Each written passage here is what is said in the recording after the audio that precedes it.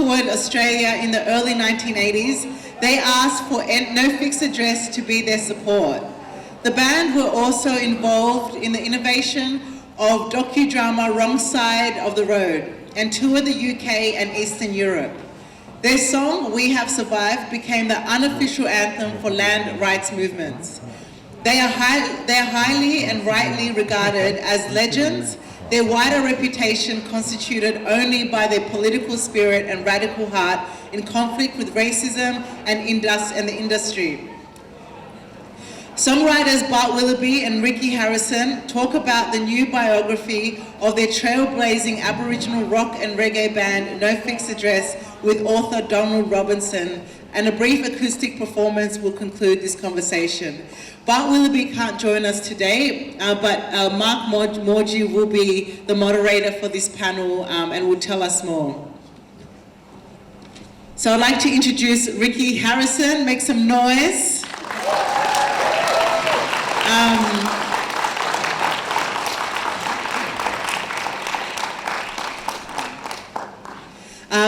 Born at Lake Tyers Mission in Gippsland, Victoria, Ricky Harrison grew up in Morwell, played guitar around town in local cover bands and began writing original songs while still in school.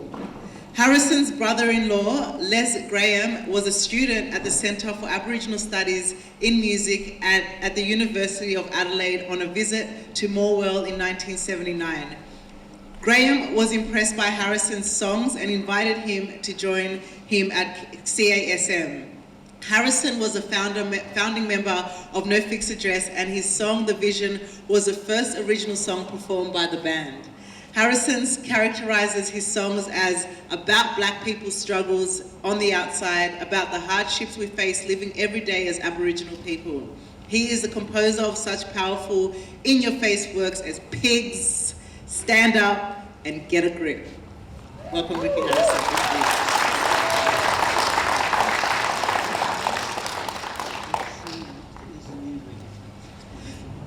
And joining the panel as well, I'd like to introduce Ricky's nephew, Sean Muffet. Come through. We'll learn more about you in a minute. And he'll be playing guitar later on. I'd like to introduce Donald Robertson. He's a respected Australian writer. He's a co-founded and published the music magazine Roadrunner and was the inaugural editor of Countdown magazine. Man, I've got heaps of them. He joined the Australian Broadcasting Tribunal as Publications Officer in 1988 and was Manager of Media and Public Government Coverage Regulator of Broadcasting, Telecommunication, Radio Frequency Spectrum and Online Content. His books include Roll Over, Beethoven, Contemporary Music Education for Secondary School, Rock Around the Clock, Careers in the Australian Music Industry, and The Big Beat, Rock Music in Australia. He is the author of the No Fixed Address, the story of Australia's trailblazing Aboriginal rock and reggae band. Please welcome Donald Robertson.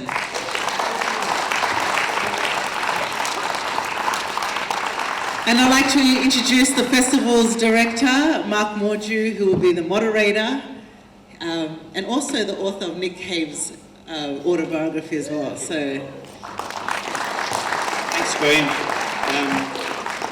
I'm kind of the fill-in guy here. As you've heard, Bart Willoughby's been quite ill over the last few weeks, which of course affected the concert that was going to happen at Marrickville Bowler. I know that was a real disappointment to have to blow that off because the band were really looking forward to play. It's really great to have Sean Moffat here along with Ricky Harrison as well, sort of stepping up to the plate and play a little bit at the end of our conversation.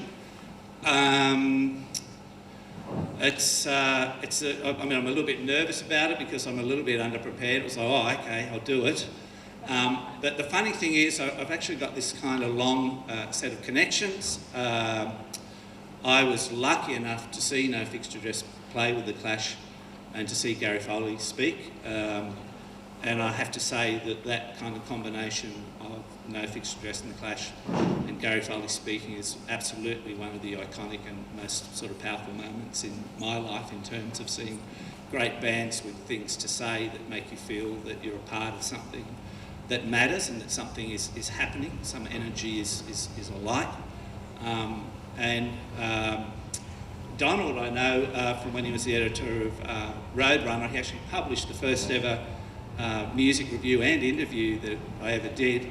And then I think I harassed the living daylights out of him for 6 months to give me a grand fortune, and I didn't understand that rock magazines didn't pay very much back then.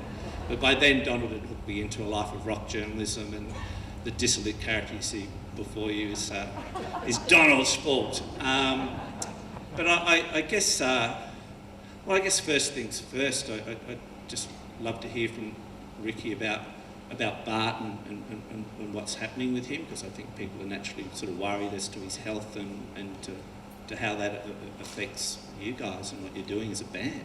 Well, yeah, it's like there's basically I'm the only other songwriter and singer in the band, and without him it's like there's this big hole in the band, I guess. He's sort of the main actor in the band, that his songs are, and my songs are two different sort of avenues that we, our experiences were a lot different when we were young, so. But Bart, he did an interview in Melbourne with Donald at the radio station, and he was supposed to go off and do some other shows the next day on a Saturday, but he ended up in hospital, so this was about a week, 2 weeks or a week ago, week and a half, and so he went in. We were all a bit worried about him, and he said, no worries. He got out, he reckoned, on the Monday, and I said, yeah, I'm fine, we'll do the show and all that in Marrickville and all that, but unfortunately he basically didn't let him know that he was leaving the hospital, and he ended up going back in, so he wasn't really cleared to come out, but because his enthusiasm about playing and coming back to Sydney and that, I guess it overrode his health and thinking about himself and how it would be, but he felt good, but it wasn't, so he had to go back in, and he's back in the hospital today, so.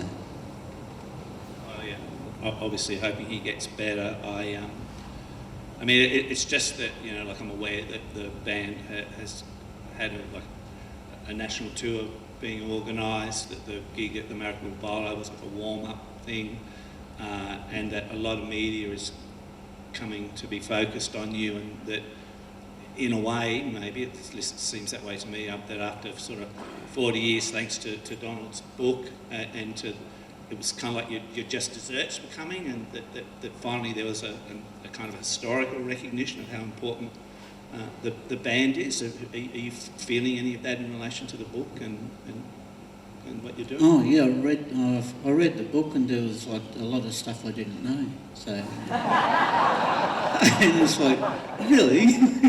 And it's like, yeah, must, yeah. Mrs. was asking me, she read the book within like a month. She said she read it chapter by chapter sort of thing, and so yeah, I found very interesting, a lot of the stuff that was in there, and it really captured our experiences from the words of the people who were involved and people who were around us at the time. And I think, Donald did a really great job making sure that he captured the times that it was, we were experiencing all the racism and police harassment and all that within the band, and before that, and what the government was on about at the time, their sort of attitudes towards more like assimilation than integration, which was something that someone didn't know about, didn't know the difference between assimilation and integration, so that sort of spun me out too, because I thought they were both the same thing, but obviously not. Okay, I might write Donald in here, because I'm just interested in Ricky, in whether you asked Donald to do the book or he came to you, like how that process happened. Well, I kept in contact with Donald since 2016 in the Hall of Fame when we were inducted in Adelaide, and we were having a conversation one day. It was over the phone from my memory, but and he asked me, did anybody written a book about the band yet? Or I said, no. Well, no one's done it. And he goes, oh. So I said, well, why don't you write it? And he said, yeah, why not? So it was like, it was sort of like had long conversations the last couple of years talking about a lot of things and putting them in contact with people like Michael Fisher and all those people that work with the band and who were around the band so it started from that conversation, didn't it? Yeah. So Donald was one of the first people who helped us get started off in the industry. So maybe you can say something. Sure, yeah. So, as Ricky said, I first encountered the band in Adelaide in the early 80s when I was editing a music magazine called Roadrunner. So they recorded some demos that were getting airplay on the local community radio station. And so I went to see them play around the pubs of Adelaide, and they just knocked me out straight away. The combination of the sort of version of reggae that they were playing, so it wasn't like a copy of Jamaican reggae. It had reggae elements, but it also had like country elements, had rock elements, had indigenous elements with Bart playing the didgeridoo.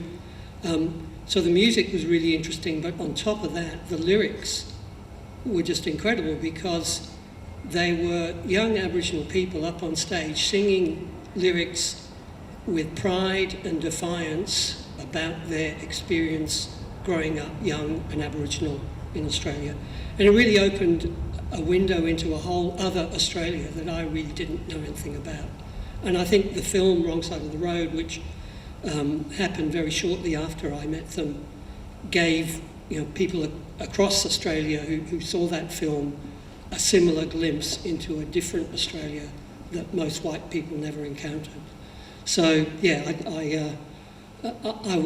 I helped them out a little bit. I took Don Walker from Cold Chisel to see them one night, and he was knocked out as well. He got them on the next Cold Chisel tour, which kind of took them up to another level. So they played at the Roundhouse, New South Wales, University of New South Wales, about 3,000 people there, Melbourne Showgrounds, University of Adelaide. And and I guess it was when the film came out that really brought them to national attention. There was a lot of press coverage of the band came out of that. And as Ricky said, we reconnected back in 2016, and I'd heard stories, and I just thought, wow, so many great stories about this band. But I also felt that they were a bit neglected, they were a bit overlooked, because they had been the first in so many ways, the first Aboriginal rock band to get a record deal, the first to appear on Countdown, the first to tour overseas when they went to England. I felt that they'd been a bit overlooked, and I guess I was trying to set that right if I could. Okay. I just kind of want to draw Sean into the conversation without putting you on the spot too much, man, but I just wondered how you saw No Fixed Address, like looking in from outside and then being pulled into it, As Uncle Rick's, my uncle, and just growing up as a 4 or 5 year old child, seeing them, to me it was just my uncle's band, really, but not knowing the importance of what they were doing for the music industry and for emerging Aboriginal artists, and including myself as I got older. To be asked to come in to, not to replace Les, but to keep his spot warm until he's strong enough to come back and play. So it's just an honour and a privilege to be here and to be to be a part of the story too. So yeah. I got to say, observing the band, I was, as Donald knows, like a young rock journalist and pretty mad about music, and it's a tough thing to be the first pushing through, and the very fact that the Clash invited you to play with them, and after that I think Ian Jury and also Cold Chisel, who put out East at that stage, taking on tour, and Red Gum as well, all these very big happening bands internationally and nationally. You know, sometimes I feel like musicians know and other people don't.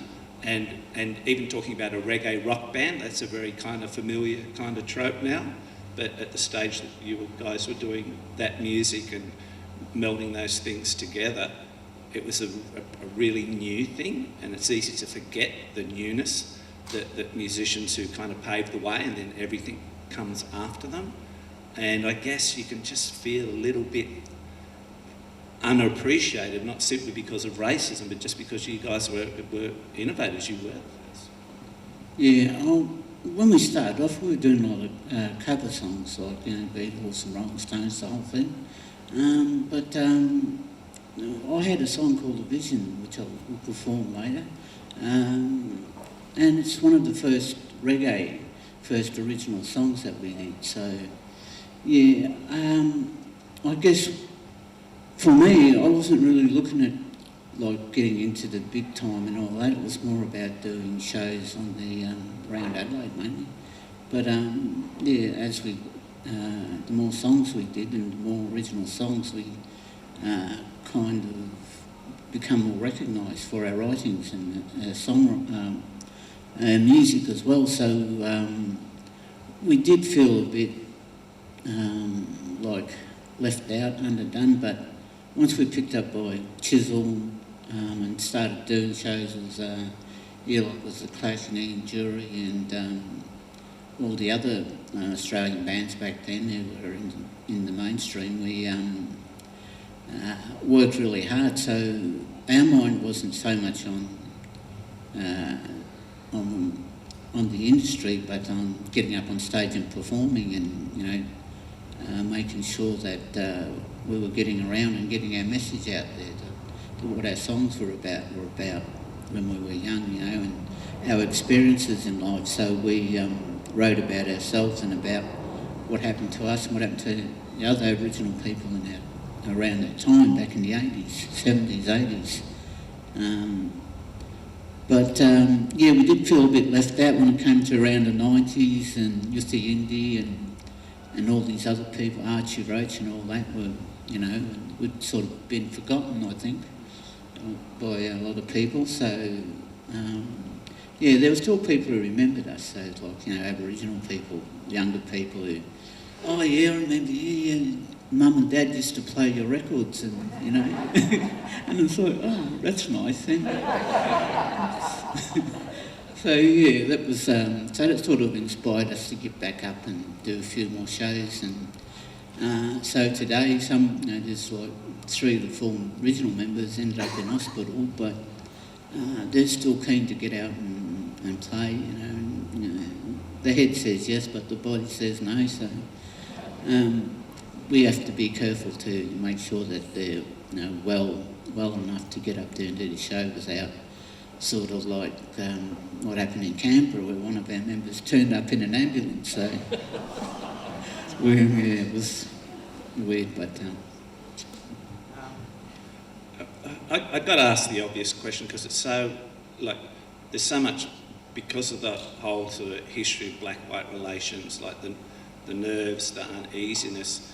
It's often a lot easier to not do anything because you're kind of safe in silence. And I just wondered, like, Donald being both trusted to do this book and Donald himself, like, daring to do it in a sense, because you can get kind of canned, you know, simply for engaging, you know. So I wondered if Donald had any thoughts on that and how you felt about that side of things. Yeah. Yeah, look, I guess I really wanted the voices of the members of the band to come through. I didn't want to sort of impose anything on the band's story. So all the way through, I was sending Ricky drafts, you know, for comment, and Ricky was great in introducing me to people. I mean, there are a lot of people who passed through the band in its various kind of versions, and I managed to speak to a lot of them. There were a lot of crew who I spoke to, managers like Michael Fisher, who's here today, and Graham Isaac, who produced the Wrong Side of the Road movie and the soundtrack album that accompanied it. So both Michael and Graham were incredibly generous in sharing their memories, and in Michael's case, he kept an incredible archive of documents of gigs that they'd done and account books and road crew who was in the road. You know, it was an incredible treasure trove of information, and thank you, Michael. Hopefully I've, done you justice in what I've written. But yeah, I guess there is always a risk in being, sort of a white man writing about an Aboriginal topic. But as you say, I think the band trusted me because of at least partly because of our shared history, and that back then when I did help them out, I was pretty open and honest. And hopefully, certainly the attitude that I went into it with was to try and tell the story in the best way I could, or enable the band to tell their story in the best way they could. I guess I also wanted to try and put the band in the context of the time, of the 80s, of the Aboriginal movements that were happening at that time. So Rock Against Racism was a very big movement that No Fixed were a huge part of. The land rights issue, I think the band's signature song, We Have Survived, I think it was Graham Isaac said, kind of became the unofficial anthem of the land rights movement in the 80s. You would see banners in marches saying We Have Survived. It really became a catchphrase for that whole movement. The band went to Brisbane as part of the Brisbane Commonwealth Game protests, the protests about the protection laws that were still on the books in Queensland in the 80s. Protection laws that dictated where Aboriginal people could live, what they could say, their use of language, their cultural practice. They were still on the books in Bajelki Peterson's Queensland, which is why when Gary Foley got up at the Clash, he said, everybody come up to Brisbane later this year and let's have a protest against all of this. Yeah, so, as I say, I really wanted the voice of the band to come through. Because when I first saw them, what really knocked me out was that I was hearing a voice of young Aboriginal people that I really hadn't heard before. So, Yeah, I mean, that's what kind of knocked me out too. I definitely want to make clear that in the same kind of iconic foundation way people speak about Midnight Oil or cultures, or No Fixed Address are very deserving of that sort of same sort of stone in our memories and in our history. And one of the other factors I really appreciated in your book, Donald, which I'm still ploughing through, is there is a ton of detail. So there is a sense that the history is important, that all the people are important, that the families, the communities around the band, the people that were allied to them, fellow musicians that we've, not just the famous ones, but other people too, that there was this sort of community energy sort of going on. And No Fixed Address place in that was very, very, very important. I guess I was, just to be more particular, I was just interested to hear from Ricky about some of your songs, because you've got a whole chapter called Angry Songs in the book.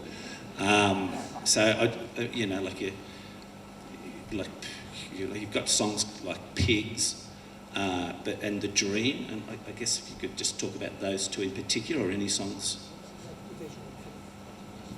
The Vision, sorry, not The Dream. The Vision. Oh yeah, The Vision. That was one of the first ones I wrote. The one that No Fixed Address used to be a punk rock song, because I was into ACDC and all them more back then when I was younger. And I thought, well, if they can write songs like this, and when I was at high school, they said it's like an artistic license to write whatever you want to write. So I ended up writing firstly The Vision. It had a lot to do with my mother came into my bedroom one day with a newspaper article about Lake Victoria, which is part of our tribal country in Gippsland. So the lake was dying off, all the fish and all the creatures there in the sea, in the lake.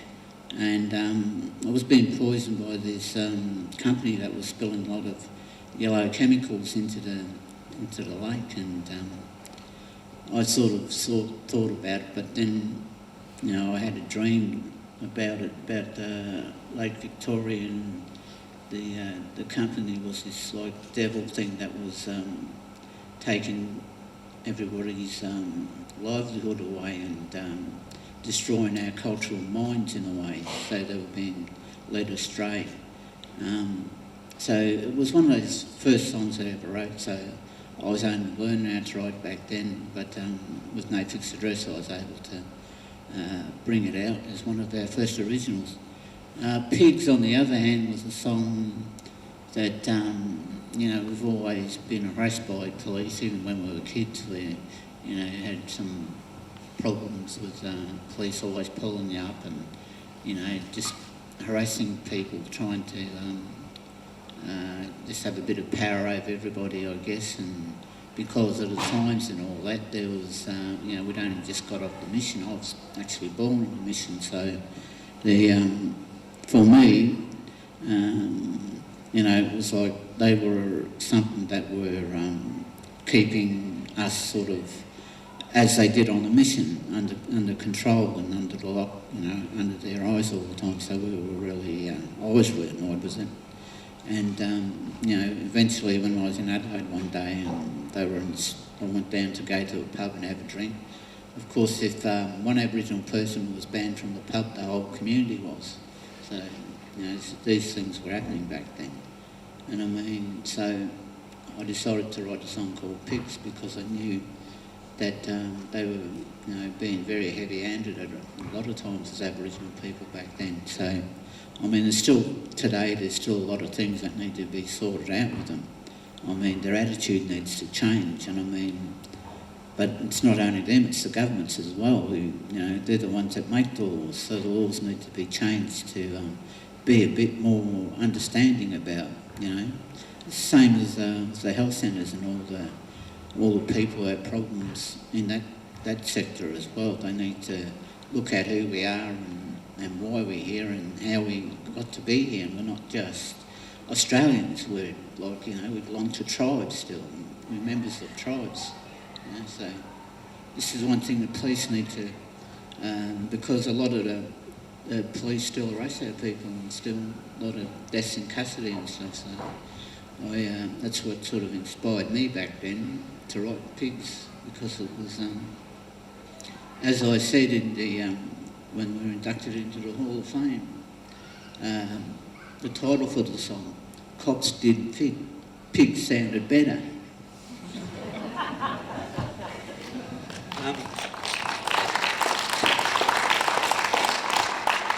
I was just interested too, Ricky, like you mentioned before, the differences between you and Bart Willoughby as songwriters and how you work together. If you can kind of just talk a bit more about what those differences are, like how that affected the character of the band, the songs, the differences. Are you able to?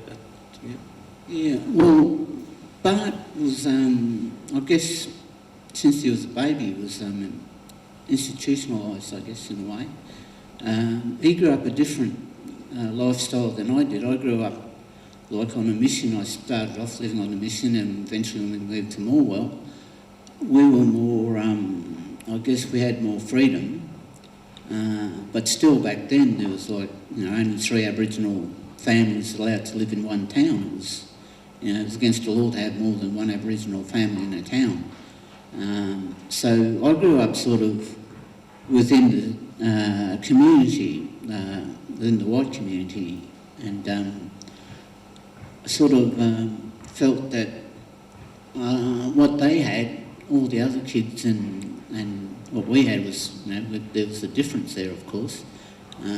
But growing up in the community, I felt I had more freedom to write, be more stronger in what I was writing, be more in your face about songs, because being out and being around the community, you experienced a lot more, I say, in the community was what was happening at the time because of the government policies and all that. So with Bart, it was a different story. He was institutionalised and he was writing his songs from this perspective of where he come from, his experiences, like Black Man's Rights and We Have Survived. Like what was my songs, they're more in your face, like, stand up and all because and especially kids. So we had two different ways of writing, of different experiences. So mine was more heavier because I felt I had more freedom to write more about what I experienced. His was more about the institutionalised side of things, I'd say. So we were both writing songs about Aboriginal people, but it was like the songs were coming out and hitting people from two sides. Well, one from the institutionalised side, the silent generation, but back then, and you know, the Aboriginal people who were there, like basically in the front line, taking all the hits from the government and the publicans and all the people, you know, out in the community. So we experienced a lot more of that racism that was happening back then. So that's why I was able to write more in your face, because I felt more angrier, you know, than Bart would have.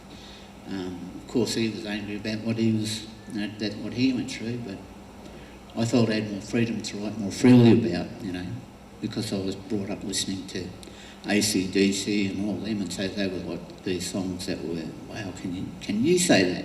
And you know, Donald was saying, they're saying, can you say that? So yeah, it was what the Aboriginal people were saying to us, and yeah, because they felt that we were a bit too heavy or a bit too, you know, less understanding, but it was more about us as what we experienced and what we were able to bring to the table and show people that this isn't, you know, we're not just a band that's here for commercial success or anything like that. You know, we'd love to have that, but we know that it's not going to happen. So we'll just sing and write songs that are close to us, that we experienced, you know, about our lives. So that's why you get Bart's side and you get my side, you get two sides of the story. Yeah, I'm just listening to your talk. I'm thinking about when I first saw Wrong Side of the Road. A lot of people here might not really understand the nature of it. It's a docudrama, so it's based on No Fixed Address and Us Mob and their stories and acting out real life situations. This is back in the very early 80s, so it's creatively very innovative, you know, directed by Ned Lander, with the bands being themselves in domestic and touring and road situations and playing. So quite unique and another kind of first. And it was, you know, at the time it was pretty tough viewing in lots of respects. You know, I remember being like, whoa, you know. And I don't know, I just feel like that you guys kind of, I mean, it's already been flagged before, but that it's both the coming from the First Nations experience, being first, and something about your creativity was also making it hard for you. Yeah. I don't know if that makes sense. You know, you by the fact you're pushing buttons and pushing out in different ways and doing stuff that other people weren't doing at the time. Yeah, well, that was it. We wanted to be different from everybody else, not just be like every other band that was playing at the time. And I mean, we had a message and we had something to say, and there were a lot of people out there behind us who wanted to listen, real interested in what we were doing. And a lot of other bands as well sort of like, you know, came up and said, oh yeah, we'd love to have you play with us and all this. And so we, you know, we had that comfort in knowing that what we were doing was a good thing, because it was creating awareness and opening people's minds up to, and I mean, it gave people the opportunity to come down and have a conversation with us, you know, and in an environment where we can sit around and, you know, just mellow out after a show or whatever and go and party with them maybe later, and they wouldn't feel so confused, I guess, about what was going on. But at least we were setting our own agenda, I guess, in that sort of sense, you know. We wanted to be something different, you know, and we were something different. And we knew that, you know, in the beginning they thought we were a novelty act, as they said, and until we started writing more songs and that, and they, opening a lot of doors for other bands to come through, like Warumpi and all them. So once they heard us and saw that, these guys are pulling in crowds here, and they're making a lot of money over the bar and whatever, and they, so it sort of opened a door, and they saw Warumpi band, we used to take them with us, do some shows, so it sort of built on from there. Yeah, well, I love that story that Don Walker tells, where they're playing some big 3,500 people gig, and you guys were the support. Don Walker was almost mildly peeved, because he said you guys decimated the audience before they even got to come on. It's funny, and I remember seeing the band, and it's the sort of classic thing, the narrative of you've just got to see these guys live to understand what's going on. And the records are good, but the experience of live was really just really blew you back. I guess I just have one last question for Donald before I just quickly throw it open to the audience and get Ricky and Sean to play something. And that was, I guess, if there's anything about the experience of writing the book that kind of sort of lingers with you now, because you're getting great responses, great reviews, a lot of good things are coming your way, as well as no fixed address ways in terms of the attention that's generated.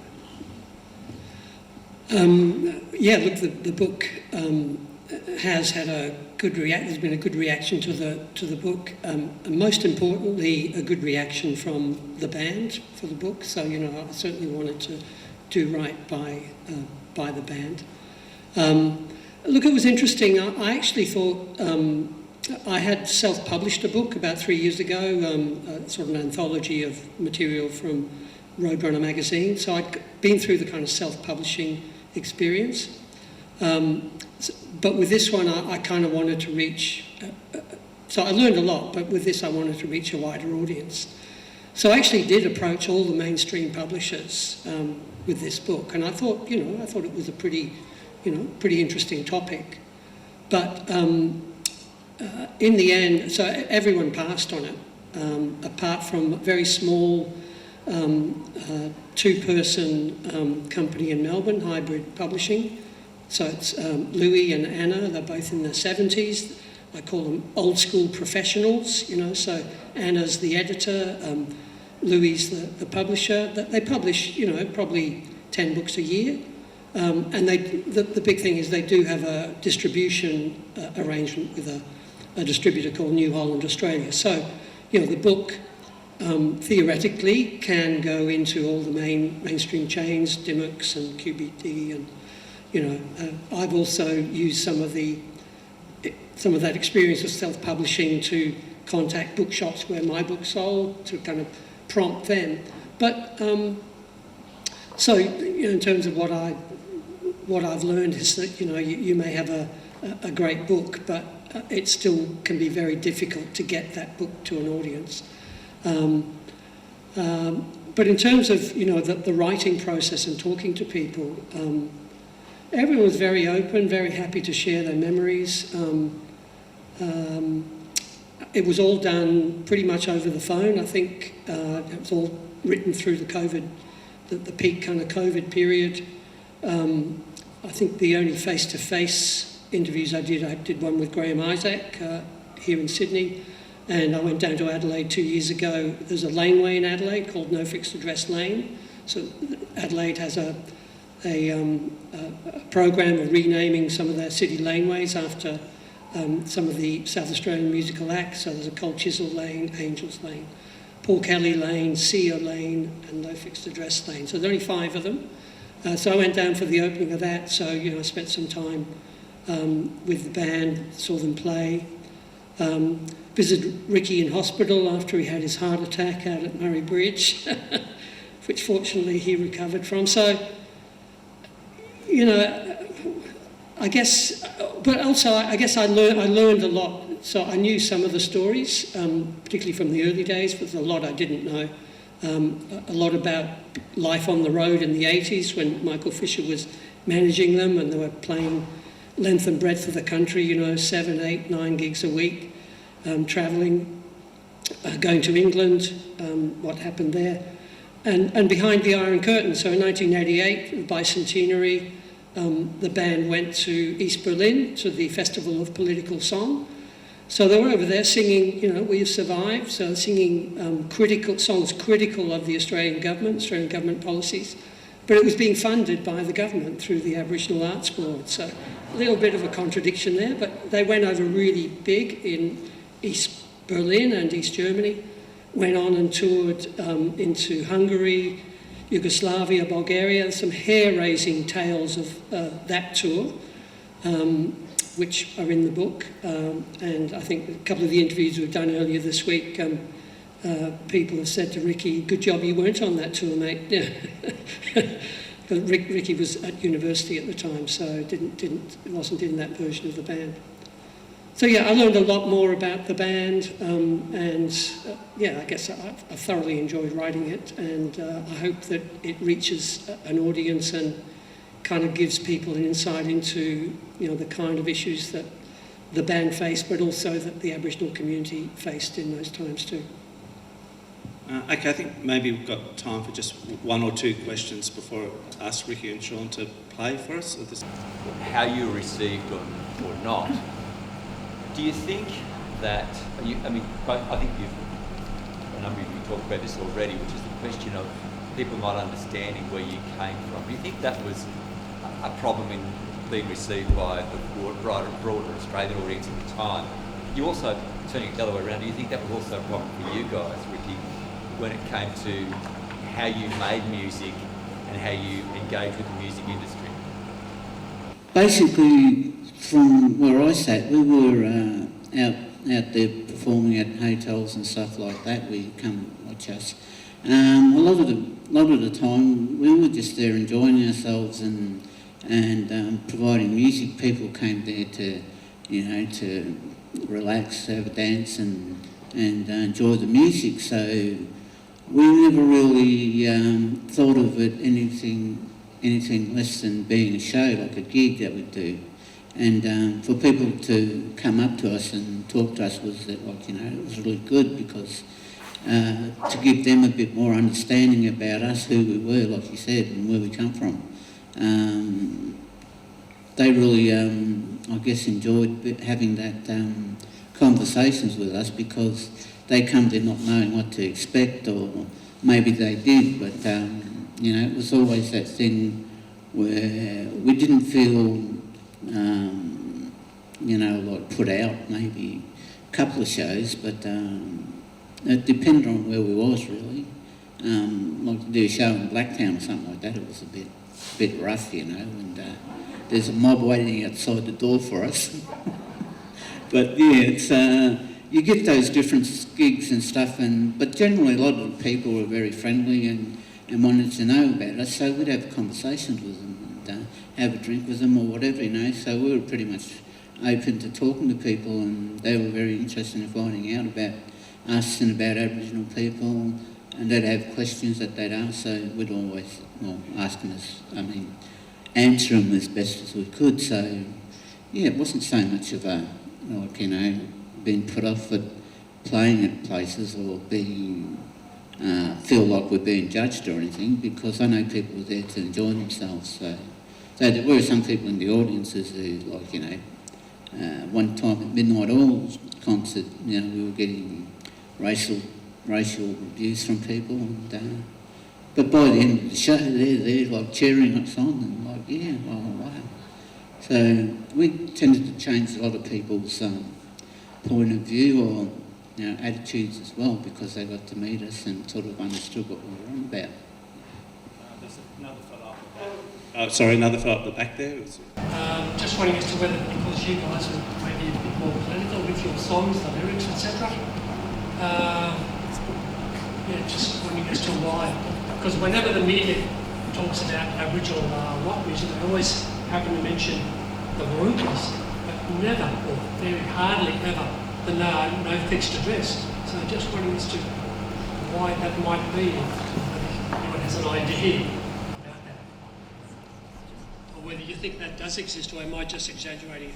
It's just in my mind. No, you're right. Yeah, we do have problems when it comes to the history. I guess a lot of it is to do with the music industry itself. Like, from where I sit, they like to make money and do it their way, and because we were seen as a political band, and they're sort of trying to hide us away maybe from the rest of from history, I guess, because we've sort of went into the music industry and turned it upside down in a way by playing songs and writing songs and not commercial songs. They couldn't make very much money off us because it was society back then. It's the songs we were doing, what we were playing. The music was great, It was, you'd probably listen to us and you'd like our music. But because of our political stand where we stood in terms of like opening the doors and getting other bands in there as well. So, I mean, I think that they were just, the music industry itself needs to grow up and start, addressing the issues that they have with Aboriginal bands who are coming through and being more about them, like, rather than trying to write love songs or commercial songs. But, I mean, what's poetry about? It's about opening a person's mind. What you write, you're supposed to, that emotion, that old thing about writing is you're able to make people feel, when they're reading something or listening to something, that music touches you and it makes you feel something, whereas, but we, in our way, went a different direction, and we've sort of been ignored by the industry because it's not where they want their whole industry to be seen as, supporting something that's not going to sell in society, I guess. But who knows, they might have different ideas. I might just say one of the reasons I'm picking up on what you say is there is so little recorded product for the music industry of yours that they can sell and make money off. So there's only like 2 albums released in the early 80s, so there's a whole lot of great material that was never recorded and never released. So, I think, going to your point, I think the band, one of the reasons the band perhaps has been neglected is because you can't make money out of the recorded product because there's so little of it, I got something I've got to add to that conversation from the media side. It's the media having to grow up as well. And I have to say this is, being a young rock journalist. In the 90s, I remember, I went on tour with an Aboriginal rock band, Western Queensland, had the time of my life. It was pretty wild. Wrote what I thought was a great story, but I didn't especially think of it as like an Aboriginal story. I just thought of it as a rock and roll story. And maybe that was naive, but it's just like sex, drugs, rock and roll. This is a great fucking story. A couple of magazines said to me, this is a fantastic story, Mark, but there were 2 problems. One, the band was not commercial. And the other thing, which was a commonplace conversation in the 90s, was it's August, and they would say, we did an Aboriginal story in March. And I'm like, what? What's that got to do? Like, you're telling me it's great. So you've got this suffocation. And No Fixed Address, I think, did the hard yards and also their political intensity, despite the fact they had a very seductive, happening, good time reggae sound, kind of blocked them. And then Warumpi's came through thanks to No Fixed Address, and then Warumpi's and No Fixed Address built the ground that eventually opened the media up to everything from Yothu, Yindi to Bangarra Dance Theatre to the works. But it's not that long ago at all when you were lucky to get, from the journalist side, you could get like 1 story a year, right? So there's that too. Anyway, I sort of get carried away with that one, but it was just angry, just professionally, let alone ethically. Sorry, then maybe last question from that lady there. Thank you. To Ricky, and it's in relation to the songwriting process. because music and song is such a fantastic way of promoting a political message, as indeed you have done.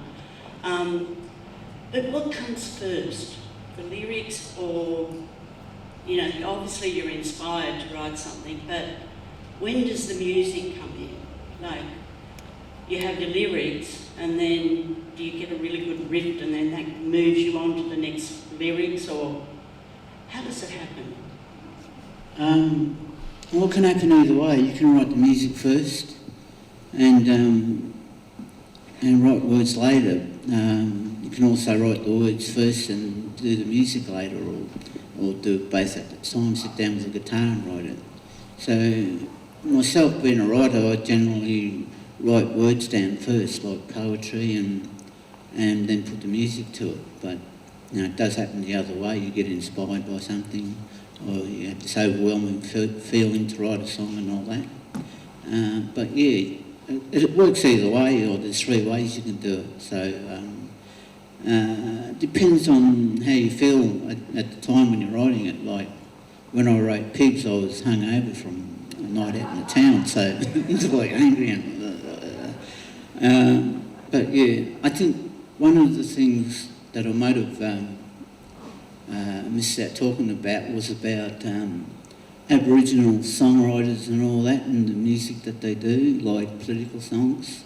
Like, it's okay for white bands to sing about songs about Aboriginal people and about injustice and all that, but when it comes to No Fixed Address and bands that like that, it wasn't really, you know, #1 song or something like that. It was pushed back into the background. But we generally wrote songs from what we experienced, so it was either music first or music later, or we sit down with a guitar and write something. Sometimes we do a band thing where we'll sit around and just put in our own ideas into songs and start writing it. That's when sort of like Bart took over and, no, that's my song. Well, come on, no. Okay, well maybe we should get Ricky and Sean to play a couple of songs for us now and to complete the session. But if you give a big hand to Sean and Ricky and Donald, and let you guys play and show how it's done. Thank you.